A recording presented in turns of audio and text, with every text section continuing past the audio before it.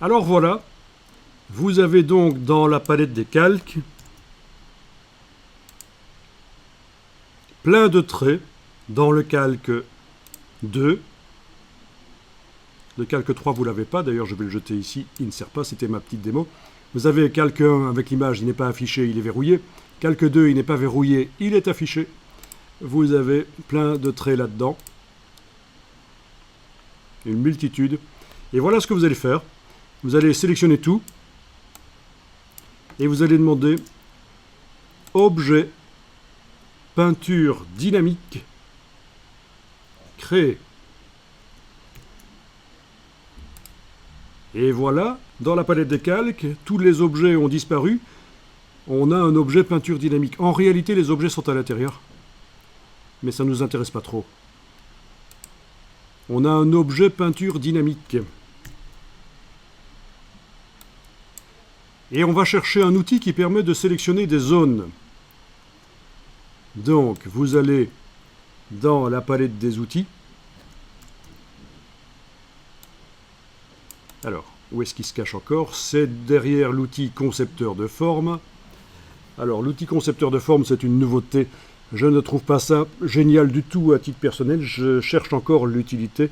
Et tous les résultats que je vois faits avec ça, c'est pas génial.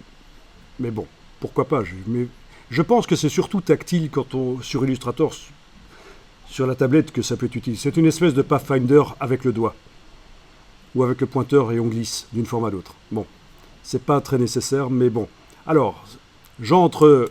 Il se trouve que les outils que je cherche sont derrière cet outil concepteur de forme. J'entre dedans. Je vais jusqu'à la ligne ici.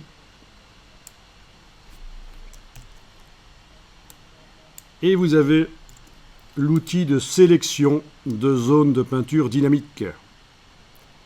Quand vous survolez, vous devriez voir que ça sélectionne certaines zones. Alors, pas de chance, il se trouve que ça sélectionne en rouge et que mes vecteurs sont rouges sur le calque 2.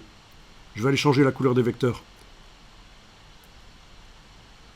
Donc, palette des calques, où est-elle? Là. Je vais aller double-cliquer à droite du nom du calque 2 et aller faire autre chose que du rouge. Voilà. Ok, en vert foncé, ce sera bien. Voilà, ok. Ah, ben voilà, c'est mieux. Avec les vecteurs du calque en vert foncé, voilà, on voit qu'on arrive à sélectionner différentes zones. Si je veux sélectionner la tête, il faut que je clique là, et avec la touche majuscule, cliquer là. Et ça sélectionne comme ça. Vous savez quoi? On va revenir à la version précédente de l'image. Il n'aurait pas dû fonctionner comme ça, en fait. Fichier version précédente. Fichier version précédente. Ok, vous l'aviez enregistré, la version précédente. Vous avez ça. Pas encore fait de peinture dynamique. Voilà, on a nos traits qui ne sont pas encore dans une peinture dynamique dans la version précédente. D'où l'intérêt d'enregistrer de temps en temps, surtout avant de faire ce genre de peinture dynamique. J'avais pas prévu que ça allait foirer, et ça foire.